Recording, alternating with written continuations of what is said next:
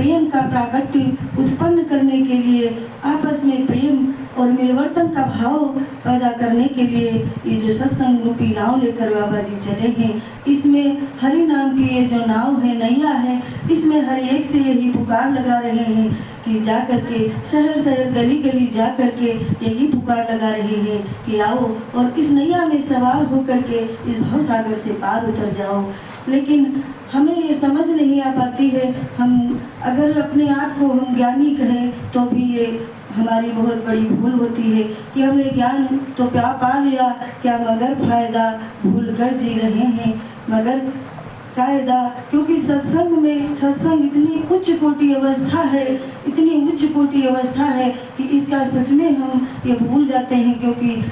श्री गुरु चरण सरोज रज निज मन मुकुर सुधार वर्णो रघुबर विमल यश जो दायक फल चार। क्योंकि यहाँ पर वो फल मिलते हैं हमें, जो 4 फलों की बात हो रही है वो केवल सत्संग में ही आकर हमें 4 पदार्थ हो, यहीं पर हमें प्राप्त हो पाते हैं। और कोई अन्यत्र कोई जगह नहीं है जहाँ हमें ये फल प्राप्त हो। इसीलिए ये तज माया अभिमान जो जो पग आगे धरे कोटिन यज्ञ समान। क्योंकि हम यज्ञ करने के लिए, हम जो यज्ञ करते हैं, तप करते हैं, व्रत करते हैं, चाहे जो भी करते हैं उसमें हम जो लकड़ियाँ लगाते हैं, जो अग्नि प्रज्वलित करते हैं, उसमें आहुति देते हैं तो वो हमें दिखाई पड़ती है। लेकिन यहाँ हमें उससे जोड़ा जा रहा है जो हमें हर पल हर समय एनी टाइम प्रेजेंट है, उसी को जोड़ करके, उससे नाता जोड़ करके हमारे जो यज्ञ हो रहा है उसमें हमारे अंदर की जो विकार हैं,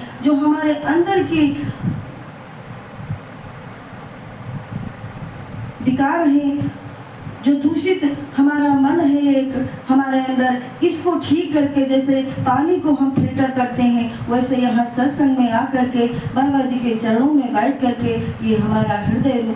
जो है ये फिल्टर होता है और फिल्टर हो करके फिर ये साफ और स्वच्छ बनता है। फिर हम यहाँ से जब जाते हैं तो फिर से हमारे अंदर उसी तरह जैसे हम एक पौधे को देखते हैं, गमले में लगाते हैं तो उस पौधे में कितने सारे अनगिनत ऐसे ही अन्यत्र वाले जो पौधे होते हैं, जो घास फूस होती है वो उग जाती है, उसको हम साफ करते हैं। क्योंकि अगर हम साफ ना करें तो जो पौधा हमने लगाया है उसको वो बल नहीं मिलता जो बल मिलना चाहिए। ऐसे ही यहाँ पर भी हमें हमारे अपने आप को अंतःकरण को साफ करने की बात होती है कि हम अगर हम अंतःकरण को साफ नहीं करेंगे तो हम जीवन में अपने आगे बढ़ नहीं पाएंगे। तो दासी यही बाबा जी से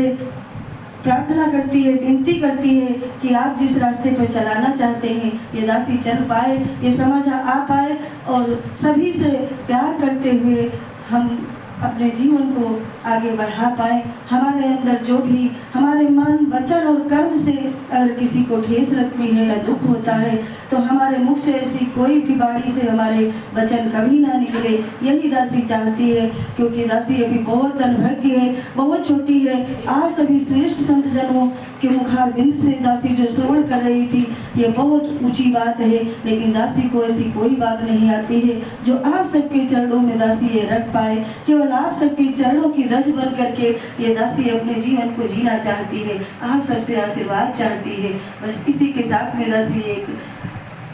बाबा जी के चरणों में वंदना रखना चाहती है।